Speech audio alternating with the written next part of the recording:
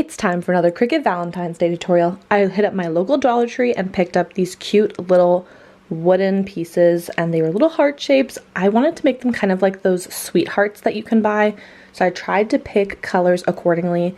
I took some acrylic paint again from the dollar store and just went around the whole thing, make sure to get the edges, and then try to take off any excess paint so it doesn't take forever to dry and there's not too many bumps on there.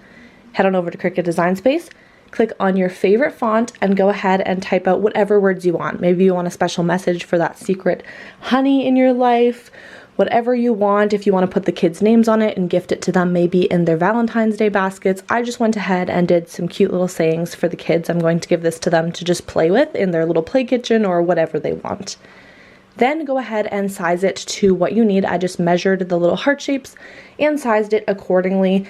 If you are a Cricut newbie, remember that you can do the sizing a couple different ways. One is by adjusting with the little squares in the perimeter of your text, or you can go up to the top layers panel and just go to size and put it into there. So super simple. I went ahead to make it, and make sure to mirror your image.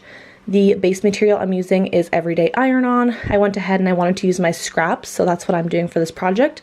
I plugged in my Cricut mini press. You could use an iron, even a hair straightener would work. Be careful though, because if you use too much heat, it will melt off the paint. So be super careful as you're going. I added some clear Mod Podge, some matte Mod Podge over top to just seal everything together since the kids will be playing with it.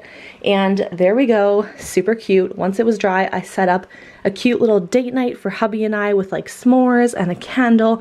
I wanted to make it something super sweet for him, and then the kids can reuse it after Valentine's Day just to play with for fun. So multi-use, something fun to do. You could do this for any holiday. It just happened that they had heart shapes in the Dollar Tree this time around for Valentine's Day.